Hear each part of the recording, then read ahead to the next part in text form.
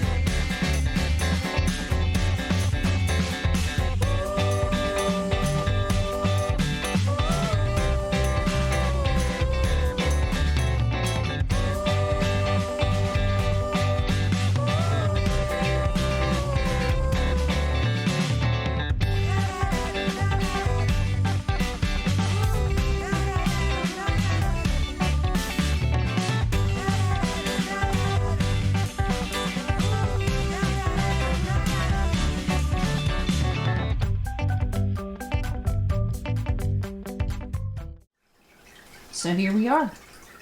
Yep, here we are. We're going to make another standby today. It's called, well, some people call it chicken a la king. I call it chicken a la queen because I'm the one who's making it, and I am the queen. So we're going to start off with 4 tablespoons of butter. And you can use oil if you prefer. It's entirely up to you. One of the things we're going to talk about during this recipe is the fact that it's okay to throw stuff in, you know, whatever you have handy. And I happen to like using the butter. So we're going to go in with that and let that start melting.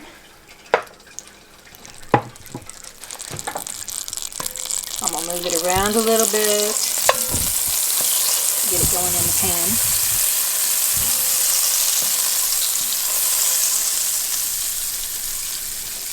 And one of the reasons I'm doing 4 tablespoons, that may seem like a lot, but since we're going to be adding a lot of liquid to this, we're going to be using other ingredients to help thicken the sauce around the chicken and the vegetables. So we're going to go ahead and, once I get this melted a little bit, I'm going to take my vegetables. And, you know, some people would say that if we had 3 in here, it'd be the Holy Trinity, or mirepoix. If you're in France, you would use onion, celery, carrot. If you're in the South, Louisiana, you would use onion, celery, and bell pepper.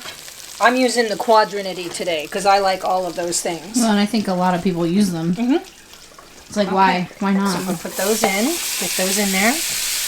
And we're just going to saute the vegetables for a little bit.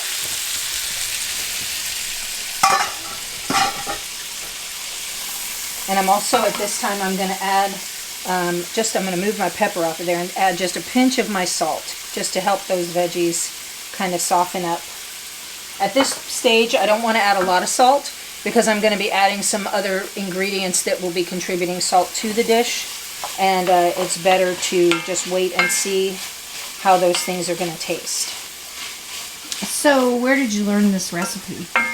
Well, it's another one of those old school standbys, and by old school I mean like actual schools. But also, it was just always something that was pretty easy to make. You know how I am. If I'm going to roast one chicken, I figure I might as well roast 2, and that way you have one left for, you know, other stuff, including making stock, which I did yesterday. But also making, you know, chicken salad. It's a great thing to do if you have them 2 chickens at a time, because if you're, you know, say you're working a 10-hour shift and you have kids at home who need to be fed, then they can use that chicken to make sandwiches or whatever, and you know, makes a good meal for them. And you can also use the leftover chicken for a lot of other things, such as chicken a la king. Generally, what we would do is have like a roast chicken dinner, and then whatever was left on the carcass, meat-wise, I would pick it off and put it aside, and the next day we would have something like this. So, I don't know if that answered your question, though. Well, did your parents make this? No, not like I make it anyway. They would make a chicken dish to serve over rice and noodles, but basically it was a can of cream celery, a can of cream of chicken, maybe a can of mushroom soup, and then they would put either peas or Mexicorn in it. But they till this day say that the Mexicorn was not in it. No, they say it was just corn, but we know the truth, don't we? We do. Well, everybody remembers but them. So we're just going to let these cook for a little bit. Now, do you remember when you started making this? Oh, probably in the early 80s. Like in Nevada? Yeah, when we lived in Las Vegas. I would make it quite a bit. Now, would you eat this over rice or noodles, or is it too much? You can eat it over whatever you want. I eat it sometimes over mashed potatoes. I eat it over rice, noodles. My personal favorite is I love to have it on sourdough toast. And I think back in the day when the dish was originally conceived, they actually served it over toast points, which is basically a fancy way of saying you take a piece of bread and you cut it into triangles. Was it mostly like mushrooms back then, though?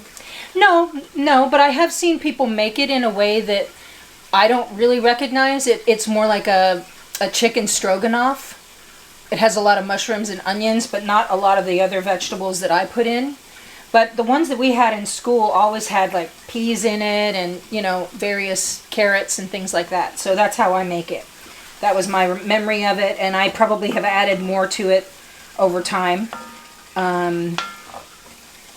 Just because I like a lot of flavor and I like to build flavor. So the vegetables do that, and then I also add, mushrooms and things like that, and I add, I like Cajun seasoning in mine because otherwise it can be kind of bland once you put, you're adding like cream into to make the sauce, and cream tends to sweeten things up a little bit. So I like using the Cajun seasoning to help that. So this is what they call sweating? Yes. Why sweating? Well, because it helps them release their moisture into the pan, and just like you would if you were exercising and sweating. I don't do that. Okay, I'm going to push those off to the side, and I'm going to go ahead and put my mushrooms in. Is there anything that you changed a lot since you started making this? I always put more vegetables. That's kind of my thing. Yeah. While that's doing that, I'm going to very quickly, this parsley is a late addition for me. I didn't used to add it, but now if I have it on hand, I just go ahead and add it in. Yeah. Because I like parsley and I like the green and the freshness. So I'll go ahead and do that. Is that when you learned more about cooking, you started adding more stuff? I think so, yeah. At first it's simplicity and what you have available, right? Like today, one of the things that I will probably add, I realized as we get started after you took the picture of the ingredients, that I have like a tablespoon of white wine in this, and it's a cheap wine, but I'll probably throw this in there today just to get the bottle. The whole thing. Well, it's like a tablespoon. It's not gonna. I meant the whole bottle. Oh, the whole bottle. Just throw it in the soup. Oof. Yeah, exactly. So, so that's just something. Here's the thing about cooking. I'm not going to give you like extreme recipes, because part of cooking, as Jacques Pepin says, is no recipe created by you is going to be exactly the same as a recipe by me. What we have to learn to do is be more intuitive cooks, and just think about, hey, this sounds good together. I can use this and that. Use recipes as guidelines, not as something that is like written in stone that you have to do. And as you become more adept at understanding how things go together in a kitchen and how things taste, you'll get better and better at that. So that's kind of where we're at. So let's give these another stir. Look at pull that all together. And the mushroom. Oh man, those mushrooms smell good. My personal favorite is to use what they call, I don't know, some people call them baby portobellos, some people call them cremini. They're the brown mushrooms that you can get pretty much anywhere. Nothing against white mushrooms. I just tend to I don't know why they prefer call the them brown. little portobellos. They don't taste like portobellos at Well, all. some people would say that they are baby portobellos. So like the same family. I don't think so, though. They I don't think taste that's- anything alike. No. Portobellos are like bitter. Are they? I feel like they I have, just like- thought they're very meaty. Maybe it's an umami flavor that I think is bitter, but they taste different. Yeah. These ones taste good. I've eat these ones all the time. And I don't like portobellos, so Yeah. I like portobellos, but you just have to do them in the right way. I feel like at some point you're going to get a guest. And then through the back door, a guest. Oh, the son-in-law might drop in. Okay, so we're doing really well right now. So what I'm going to do is I'm going to go ahead and add my flour here in just a second. To make a sauce. Yeah, I want it to brown up a little bit to take the floury taste out of it. So I'm going to go ahead, and this is 4 tablespoons of flour. And you could also use cornstarch if you have a problem with flour, or potato starch, or even tapioca starch. Any of those will work as well. The main thing you're trying to do is help your sauce thicken when you put the liquid in. So I'm going to go ahead and mix that in, and we're going to let that cook again for a few minutes and let that flour brown up a little bit and absorb some of the butter also. And then the next thing that I'll do once that happens is probably put my wine in. When you put the stock in. I will put the stock in after the wine. Because you want to let the wine cook off. I do. I want it to like pull off whatever's on the pan as well. Yeah. And either wine or vinegar have that tendency because they have that acidity that they will do that. You put that booze in. Oh, I think we're having a guest appearance. I think we are. Hello, Hi. guest. Caught in the act. Go ahead, sneak on by. So we putting the booze in now? Giving me a minute. I gotta let the flour cook out a little We're gonna bit. do a taste test of that wine. No. I don't know. Yeah, that wine's been on the counter for a while. I think that it's probably a good thing.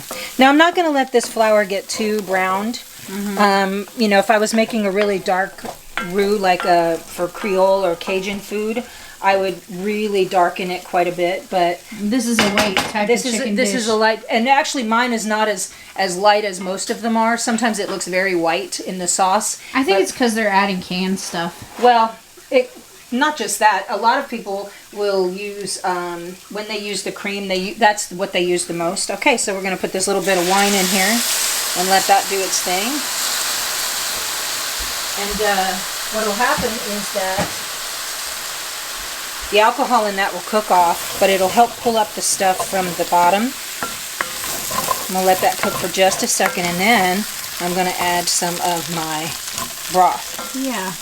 But one of the other things I'm going to add, I love this stuff. It's better than bouillon. I use it a lot. Even though I make my own stock and that's very flavorful, sometimes I just like a little added punch of chicken. Oh, I love that stuff. And I put it in everything. Yeah, and that's an easy way of getting it.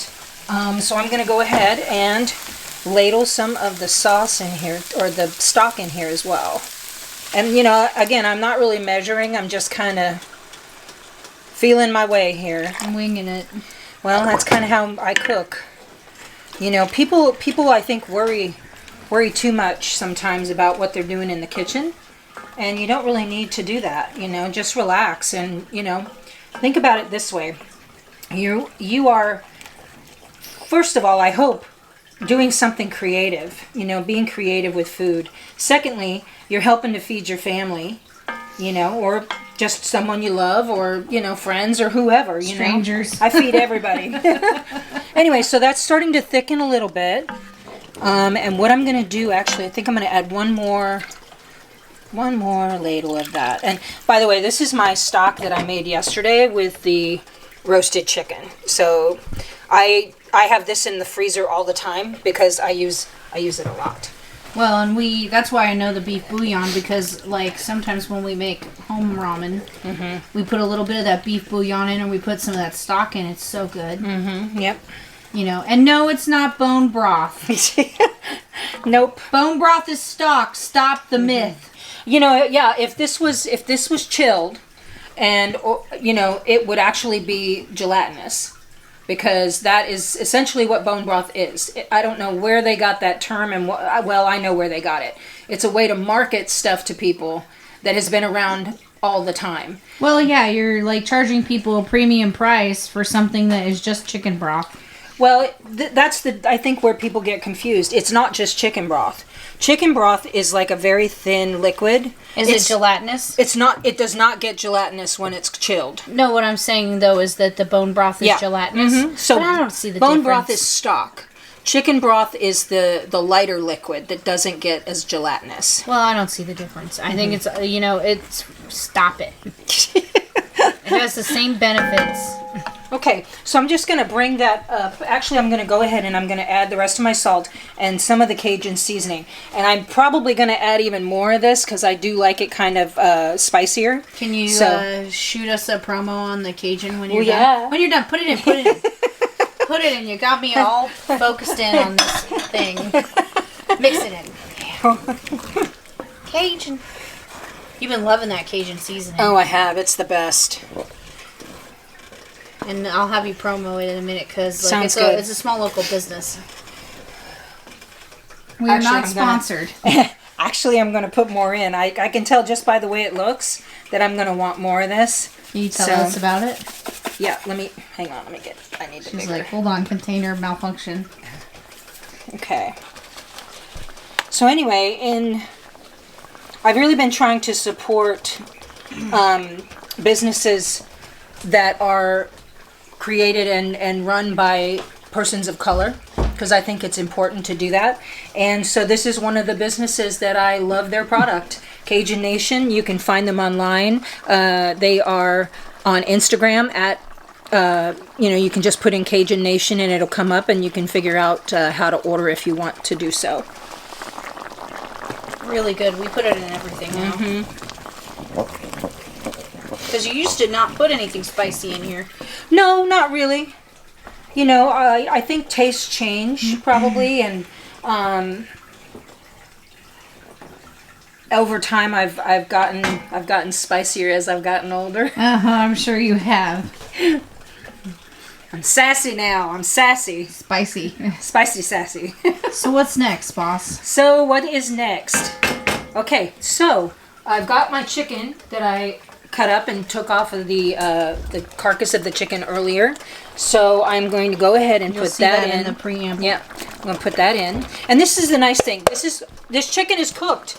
So you really don't have to spend a huge amount of time cooking it again. You know, the main thing is you're just trying to get the flavors to amalgamate and also to get the vegetables softer. Well, and it doesn't dry it out because you got a sauce, so it's moist. Exactly. You know, because a lot of people, I'm sure, overcook their chicken. And then I'm going to... So, when you were doing the ingredients, I forgot about the peas. This is what I mean about, just figure it out. Throw stuff in there. And if you don't like it, don't put it in next time. But I happen to have peas, so I'm going to throw those in there as well. It's another vegetable, right? It is. That's why I thought it was crazy when people are like, my kids don't like vegetables. Mm-hmm. I don't know, but it's so easy to put in. Yeah. Very little work. Well, can I tell you, though, I happen to be...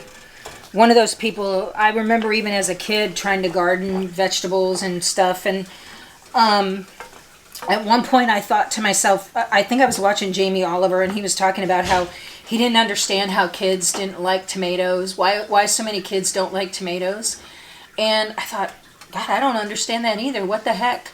But, when you think about it, most people have only ever had a store tomato.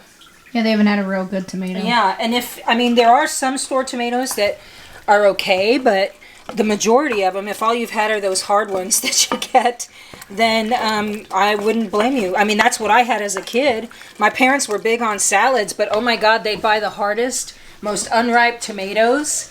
Well, your mom still kind of does that. She buys I know. unripened bananas, and I think a lot of it is what she had when she was a kid. I agree. And also, you get things that are unripe, they ripen. Right. Well, I was lucky, I guess, that I had grandmothers who My grandmother in New York grew tomatoes, along the fence line and stuff, so we would go out and eat those. So I knew I learned what a tomato tasted like. And my grandmother in the South, she would always, she had a man friend, and she would go to his house on the weekends sometimes. I'm sure she And he had a huge garden, so she would always be bringing home, corn to be shucked and peas and snap beans and everything. So I learned all about shucking corn and sitting on the porch and peeling, shelling peas and all that stuff too. Fresh stuff. So we're just going to let this come to a simmer. How that looks. Oh man, I love colorful food. Can I just say? I really do. And then what I'm going to do, the next thing I'm going to do is put a little bit of cream in it.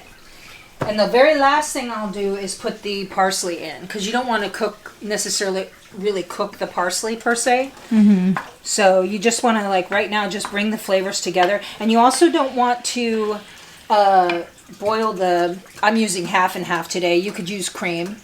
I've even used whole milk when I haven't had other stuff on hand. So, but you don't want to, overcook this because you don't want it to separate. So I'm going to let that cook down for just a minute. Also, those peas were frozen, so they need to have a couple minutes to heat up, Yeah. Oh. Sorry, I'm a big one for sticking my face in and smelling. Well, right now is not a good time for that. Oh. It's a time you don't want to be putting your face in other people's food. Yeah, that's true. That's true. But it's just us, so we're in your bubble. Exactly. Oh, it smells so good. Look at the steam. Isn't that pretty? So anyway, let's add a little bit of this half and half to it here. Just a little.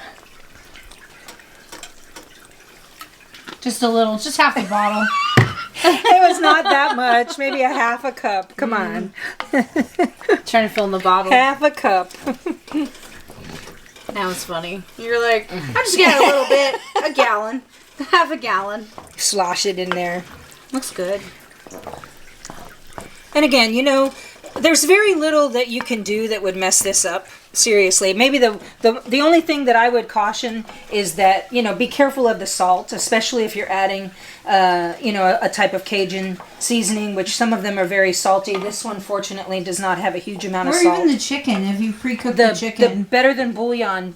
Also, well, the chicken has salt because you've rubbed it, hopefully. Yeah. And then the better than bouillon can be very salty as well. So whenever I'm using that, I always make sure not to add too much salt prior to. Okay, I'm just going to get a spoon ready because I want to taste this. Oh, no parsley?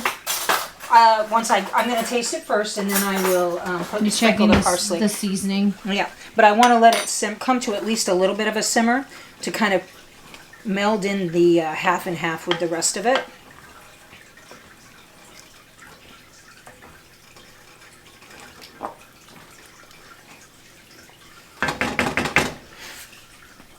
The nice thing about it is that with a little preparation, I mean, seriously, this doesn't really take more than 30 minutes. It's like the Sloppy Joe. It's mainly the prep.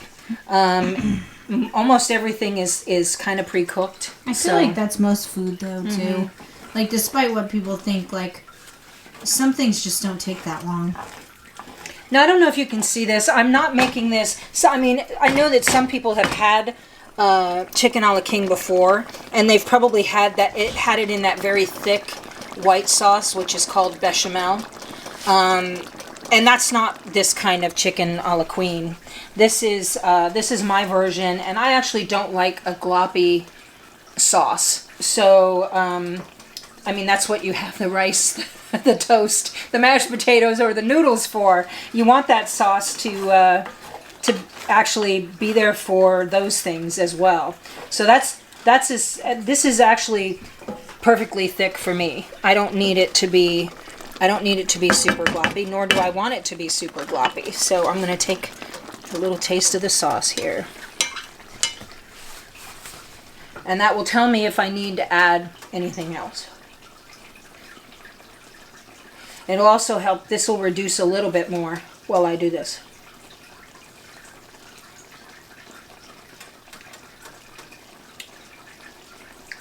Okay. So, I definitely think that I want to add a little bit more of this. Bam. He didn't copyright that, did he? Bam. I don't know. You talk about me.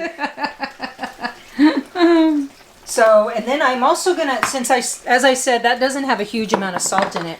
I'm also gonna grab a little bit of my kosher salt and just sprinkle that in as well, just as an accent. So probably about, I don't know, half a tablespoon, or half a teaspoon, not tablespoon. Terry spoon. Half a terry spoon. And then I'll just stir it in again. Get in there. Make it tasty.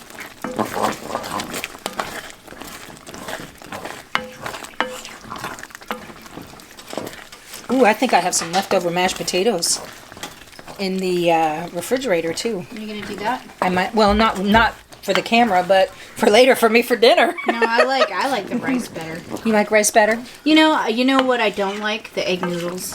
Oh yeah. I think they're greasy. Huh. Or maybe that's because I toss them in butter before. I don't know. You never knew. Okay. I did, because I knew they were greasy. You can try it again. Yeah, I'm just Okay. letting it cook up a little bit here. Yeah. You always want to give your spices a chance to like meld in a little bit and melt into the sauce, because otherwise you're probably not getting the correct taste. And I'm gonna actually be polite. Usually I'll be honest with you. Usually I'm only cooking for my family lately, so I just use the same tasting spoon. But I'll be polite in this instant. Can I try? That's perfect. Yeah. Yeah, let me try. Okay. We're killing time here. Might as well. Ooh, you get a pea. Oh, do I? High end. Oh, that's good. Okay, so I'm going to turn that off.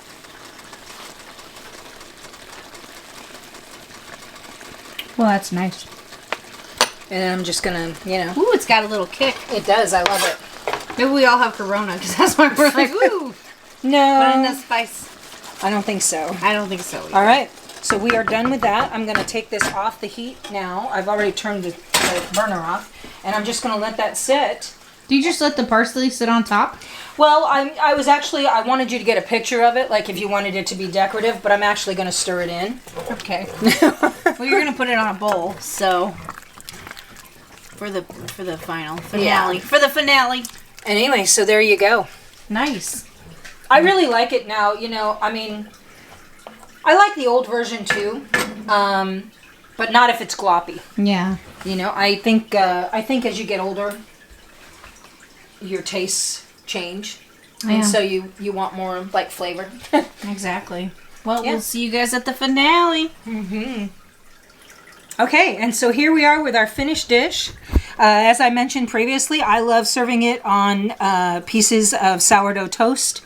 But you can also do mashed potatoes, rice, noodles, whatever your preference is. That's what cooking's about, cooking it to your preference and your family's. So we actually have a guest taster today. My son-in-law is going to come and try this out. You rang. Yeah, I know how you Ooh, I'm like chicken. excited. Chicken a la queen. Yeah, that's really good. Let's see what we got I here. think it is really good.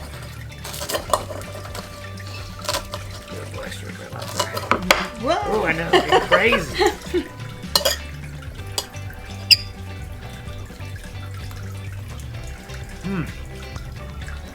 That's delicious. Mm-hmm. A little kind of crunch from the toast. One of the reasons I really like the sourdough toast in it is that I like that extra tang.